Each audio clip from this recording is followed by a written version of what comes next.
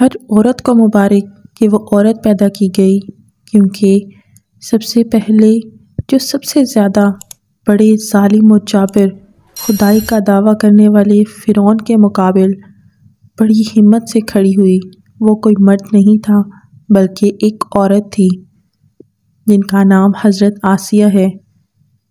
سب سے پہلے جس نے مکہ اور کعبہ کو آباد کیا وہ کوئی مرد نہیں تھا بلکہ ایک عورت تھی جن کا نام حضرت بی بی ہاجرہ ہے۔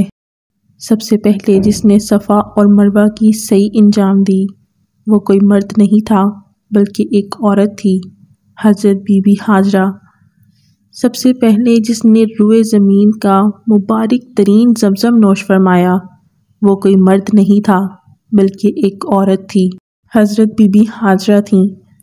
سب سے پہلے جو ہمارے پیارے نبی حضرت محمد مصطفیٰ صلی اللہ علیہ وآلہ وسلم پر ایمان لائیں وہ کوئی مرد نہیں تھا بلکہ ایک عورت تھی جن کا نام حضرت خدیجۃ الکبریٰ رضی اللہ تعالیٰ عنہا ہے۔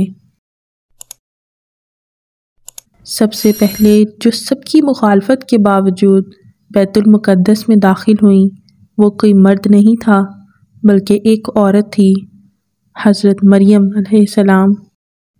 سب سے پہلے جس کا خون اسلام کی راہ میں بہایا گیا اور شہید ہوئیں وہ کوئی مرد نہیں تھا بلکہ ایک عورت تھی جن کا نام حضرت سمیہ رضی اللہ تعالیٰ عنہا ہے۔ سب سے پہلے جس نے اپنا مال اسلام کی راہ میں دیا وہ کوئی مرد نہیں تھا بلکہ ایک عورت تھی جن کا نام حضرت خدیجۃ الکبریٰ رضی اللہ تعالیٰ عنہا ہے۔ قرآن مجید میں ارشاد ہے کہ سب سے پہلے جس کی بات اللہ تعالیٰ نے 7 آسمانوں کے اوپر سنی وہ کوئی مرد نہیں تھا بلکہ ایک عورت تھی جن کا نام حضرت خولہ رضی اللہ تعالیٰ عنہا ہے۔ جس نے قصر یزیدی کو لرزا دیا وہ کوئی مرد نہیں تھا بلکہ وہ عورت تھی جن کا نام حضرت زینب بنت علی رضی اللہ تعالیٰ عنہ ہے۔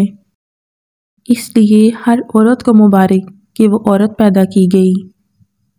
آخر میں دعا ہے کہ اللہ تعالیٰ ہم سب کو دین اسلام کی تعلیمات پر عمل پیرا ہونے کی توفیق عطا فرمائے، آمین۔